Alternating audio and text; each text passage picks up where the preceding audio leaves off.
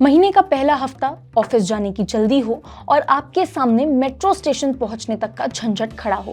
Taxi महंगी लगती है, ऑटो वाला मीटर के हिसाब से चलने को तैयार नहीं होता, अक्सर की बात है ये तो। और ई रिक्शा, उसकी अगर आपको हालत पता हो तो जब तक सारी सवारियां उसको मिल नहीं जाती वो चलने के लिए रेडी नहीं होता।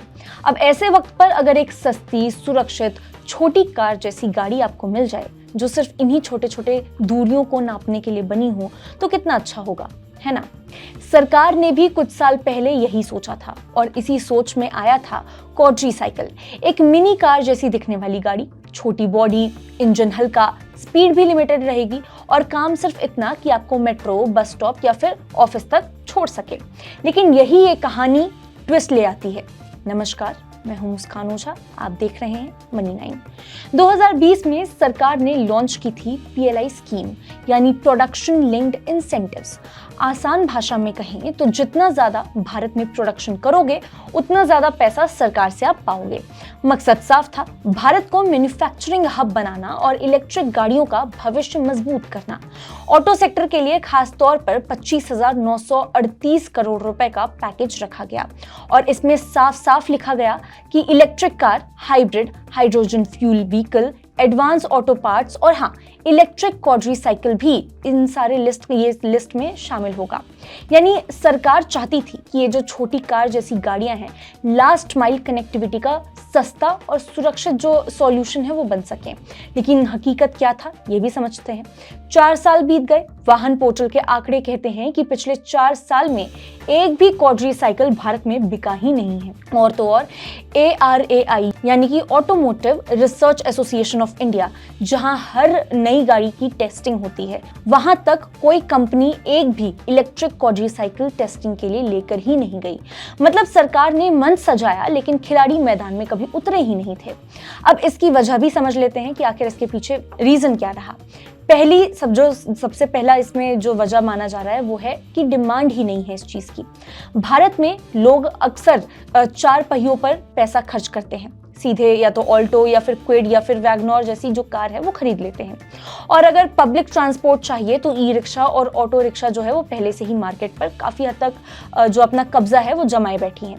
दूसरी वजह भी देख लेते हैं। ARAI की जो सख्त शर्तें हैं वो PLI स्कीम का फायदा तभी मिलेगा जब गाड़ी में कम से कम 50% पार्ट्स भारत से बने होंगे। ये जो ARAI की जो शर्तें हैं उनमें से एक है। अब कंपनियां शायद इस मॉडल को लेकर के इतनी ज्यादा इन्वेस्टमेंट करने के मूड में फिलहाल नजर नहीं आ रही हैं। इसकी तीसरी वजह क्या है ये भी समझते हैं। सरकारी फंड का रीडायरेक्शन, यानी शुरुआत में ई रिक्शा और इलेक्ट्रिक क्वाड्रीसाइकिल दोनों के लिए फंड रखा गया था, लेकिन जब देखा गया कि क्वाड्रीसाइकिल बिक ही नहीं रहे हैं तो इस पैसे का 75% जो है वो हिस्सा L5 कैटेगरी के इलेक्ट्रिक 3 पहियों यानी कि मान लीजिए आपकी जैसे ई रिक्शा, उसकी तरफ मोड़ दिया गया। अब आगे बढ़ने से पहले हम यहाँ पे समझते हैं कि L5 जो हम कैटेगरी की जिसकी बात मैंने जस्ट अभी करी है वो होता क्या है।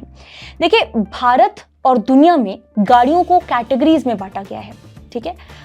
मान लीजिए कि जैसे इससे क्या होता है, ये तय किया जाता है कि कौन सी गाड़ी किस तरह की है या फिर उसके क्या नियम है, किस नियम के तहत वो रजिस्टर की गई है, किसके लिए क्या सब्सिडीज मिलेंगी आपको।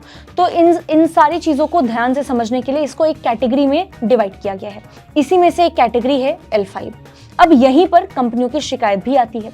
दरअसल इलेक्ट्रिक गाड़ियों को लेकर के सरकार की 2 स्कीमें हैं। पहली स्कीम है PLI ऑटो, ये सप्लाई साइड स्कीम है, मतलब कि प्रोडक्शन जितना बढ़ाओगे उतना आपको इंसेंटिव मिलेगा। दूसरी स्कीम है PM ई ड्राइव, ये डिमांड साइड की स्कीम है। इसमें गाड़ी खरीदते वक्त ग्राहक को सीधे डिस्काउंट मिलता है और बाद में सरकार निर्माता को जो सब्सिडी होती है वो दे देती है। अब समस्या ये है कि दोनों स्कीम्स के नियम अलग अलग हैं। PLI में 50% लोकलाइजेशन कंपलसरी है। उसके अलावा जो PM ई ड्राइव है उसमें फेज्ड मैन्युफैक्चरिंग प्रोग्राम के हिसाब से पार्ट्स इंपोर्ट करने और बाकी पार्ट्स को लोकल बनाने की अलग तरीके से जो लिस्ट है वो दी गई है। इसलिए कंपनियां कह रही हैं कि भाई एक ही गाड़ी अगर एक स्कीम में क्वालिफाई करती है तो दूसरी में भी अपने आप होनी चाहिए, वरना हम किस स्कीम के हिसाब से प्लानिंग करेंगे। ये भी उनका सवाल है। अब इसी का जो रिजल्ट है, जो नतीजा है, वो क्या निकलता है कि क्वाड्री साइकिल की जो कहानी है आज के डेट में, आज की तारीख में अगर देखा जाए तो सरकार ने इसे लास्ट माइल कनेक्टिविटी का गेम चेंजर माना था।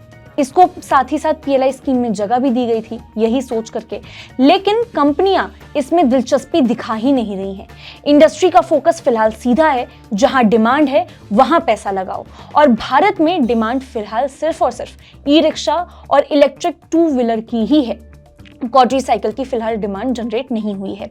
और सबसे बड़ा यहाँ पे जो सवाल है, इसीलिए ये भी खड़ा होता है कि क्या क्वाड्री साइकिल भारत की सड़कों पर कभी जगह बना भी पाएगा, या फिर ये सिर्फ सरकारी फाइलों और स्कीम के कागजों तक ही सीमित रह जाएगा। इसका जवाब तो फिलहाल आने वाले हमें समय में ही पता चलेगा।